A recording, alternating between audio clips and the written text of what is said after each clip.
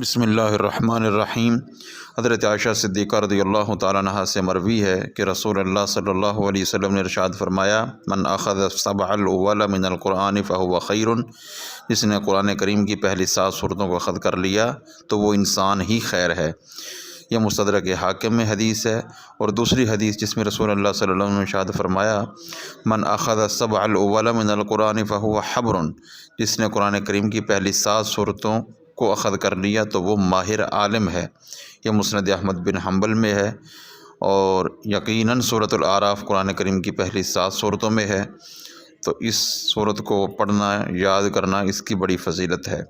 اور یہی قرآن کریم کی وہ پہلی صورت ہے جس میں سجدہ تلاوت ہے، جو کہ صورت کی آخری آیت میں ہے۔ اس صورت کی آخری آیت کو اگر کوئی مسلمان پڑھے یا سنے تو اس پر سجدہ تلاوت واجب ہے۔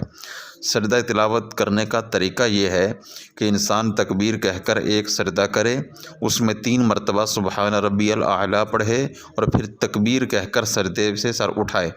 پہلی تکبیر کے وقت کانوں تک ہاتھ اٹھانے یا زیر ناف باندھنے کی ضرورت نہیں، بلکہ تکبیر کہتے ہوئے سجدہ میں چلا جائے، اور سجدہ سے فارغ ہو کر دوسری تکبیر کہنے کے بعد سلام پھیرنے کی ضرورت نہیں، بلکہ سجدہ سے سر اٹھانے سے ہی سجدہ مکمل ہو جاتا ہے۔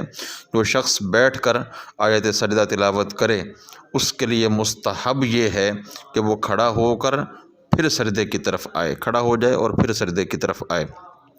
سجدہ تلاوت کے متعلق حضور اکرم صلی اللہ علیہ وآلہ وسلم نے ارشاد فرمایا، جب آدمی آیت سجدہ پڑھ کر سجدہ کرتا ہے تو شیطان روتا ہوا وہاں سے علیحدہ ہو جاتا ہے اور کہتا ہے، ہائے افسوس، آدم کے بیٹے کو سجدے کا حکم ملا تو اس نے سجدہ کیا، بس اس کے لیے جنت ہے، اور مجھے سجدہ کا حکم ملا تو میں نے سجدہ کرنے سے انکار کیا، بس میرے لیے جہنم ہے۔